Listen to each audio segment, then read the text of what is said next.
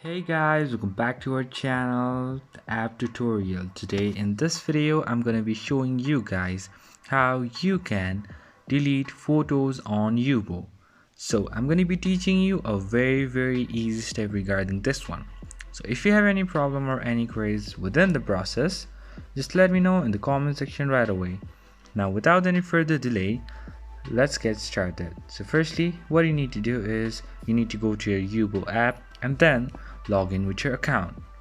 Once you do that, go to your so what you're gonna do is you're gonna go to your profile on the top right corner, and then you're gonna go to complete your profile.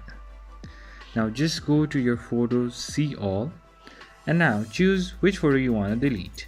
So let me just go with this one. Just press on the cross and just press on delete.